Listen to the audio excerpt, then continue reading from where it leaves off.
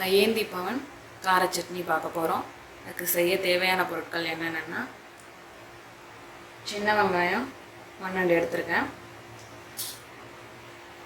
பெரிய வெங்காயம் 1 எடுத்து இப்படி கட் பண்ணி வச்சிருக்கேன். 2 தக்காளி மீடியம் சைஸ் தக்காளியை இப்படி கட் பண்ணி வச்சிருக்கேன். 1/2 டீஸ்பூன் ஜீரகம், 1/2 டீஸ்பூன் கடுகு, 5 வரமிளகாய், ஒரு சின்ன துண்டு புளி, ஒரு சின்ன சைஸ் வெல்லத்தை இடித்து வச்சுருக்கேன். பூண்டு பல் 5-6 பல் எடுத்துருக்கேன். உப்பு தேவையான அளவு, எண்ணெய் தேவையான அளவு, கருவேப்பிலை சிறிதளவு, அவ்வளோதான். இப்போ செய்ய ஸ்டார்ட் பண்ணலாம். மிளகாய் சேர்த்துட்டு அதோட சின்ன வெங்காயம்,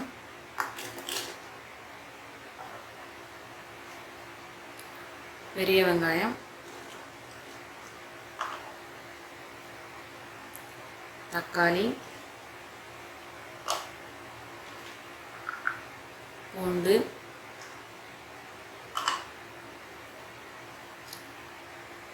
சின்ன துண்டு புளி, வெல்லம், 1/2 டீஸ்பூன் ஜீரகம்,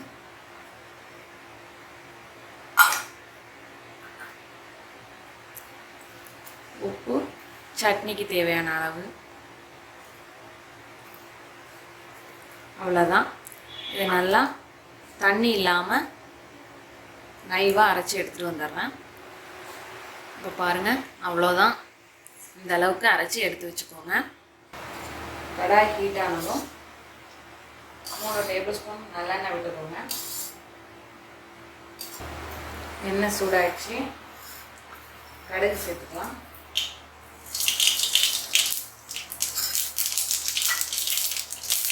கொஞ்சமாக கருவேப்பிலை. இதில் நம்ம அரைச்சி வச்சுருக்க பேஸ்ட்டை சேர்த்துக்கிறோம்.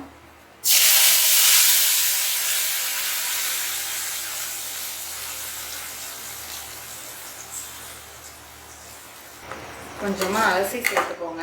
ஜார் அலசி சேர்த்துக்கோங்க. ஒரு 5 மினிட்ஸ் மூடி போட்டு கொதிக்கட்டும். ஃப்ளேம் கம்மியாகவே வச்சுக்கோங்க. இப்போ 5 நிமிஷம் ஆயிடுச்சு. ஓப்பன் பண்ணி பார்ப்போம். இப்போதான் எண்ணெய் பிரிஞ்சு வந்துட்டுருக்கு. இந்த ஸ்டேஜில் ஆஃப் பண்ணிவிடுங்க.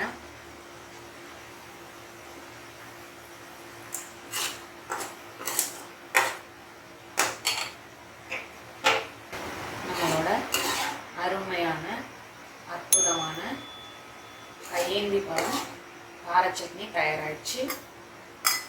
இதே போல் நீங்களும் செஞ்சு பார்த்துட்டு எப்படி வந்துச்சுன்னு கமெண்ட்டில் சொல்லுங்கள். Thank you.